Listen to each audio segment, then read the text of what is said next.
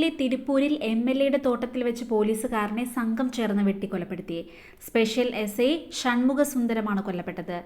AIADMK MLA മഹേന്ദ്രന്റെ തോട്ടത്തിൽ ജോലി ചെയ്യുന്ന അച്ഛനും മകനും തമ്മിലുള്ള വഴക്ക് പരിഹരിക്കാനെത്തിയ SIയെ അക്രമി സംഘം വെട്ടിക്കൊല്ലുകയായിരുന്നു.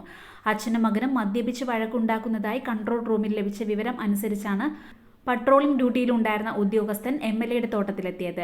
ഇവിടെ എത്തിയ ഇദ്ദേഹത്തെ അച്ഛനും 2 ആൺമക്കളും മറ്റൊരാളും ചേർന്ന് കൊലപ്പെടുത്തുകയായിരുന്നു. കൃത്യത്തിന് പിന്നാലെ ഇവർ സ്ഥലത്ത് നിന്ന് രക്ഷപ്പെട്ടു.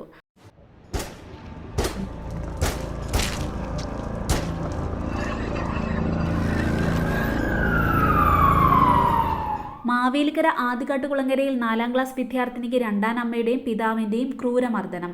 ആദികാട്ടുകുളങ്ങര കഞ്ചിക്കോട് പൂവണ്ണം തടത്തിൽ അൻസറും രണ്ടാം ഭാര്യയും ചേർന്നാണ് മർദ്ദിച്ചത്. സംഭവത്തിൽ നൂറനാട് പോലീസ് കേസെടുത്തു. കുട്ടി സ്കൂളിൽ എത്തിയപ്പോൾ ശരീരത്തിൽ ചുവന്ന പാടുകൾ കണ്ട അധ്യാപകർ വിവരം ചോദിച്ചപ്പോഴാണ് കാര്യങ്ങൾ പുറത്തുവന്നത്. രണ്ടാം അമ്മയും പിതാവും ചേർന്ന് മർദ്ദിക്കാറുണ്ടെന്നും കുട്ടി അധ്യാപകരോട് പറഞ്ഞു. തുടർന്ന് അധ്യാപകർ പോലീസിൽ വിവരം അറിയിക്കുകയായിരുന്നു.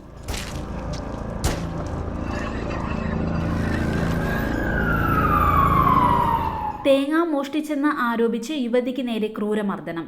റോഡിലൂടെ വലിച്ചിഴച്ചുവെന്നും വസ്ത്രം വലിച്ചു കീറിയെന്നും കുറ്റ്യാടി സ്വദേശി ജിഷ്മ ആരോപിച്ചു. തേങ്ങാമോഷണത്തിനെതിരെ പ്രദേശത്ത് രൂപീകരിച്ച കമ്മിറ്റി അംഗങ്ങൾ മർദ്ദിച്ച ജിഷ്മ ആരോപിച്ചത്.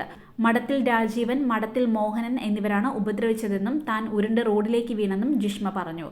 ആരൊക്കെയാണ് ആക്രമിച്ചത് എന്നതടക്കം പോലീസിൽ പരാതി നൽകിയിട്ടും നടപടി ഉണ്ടായിട്ടില്ല എന്നും യുവതി പറയുന്നു.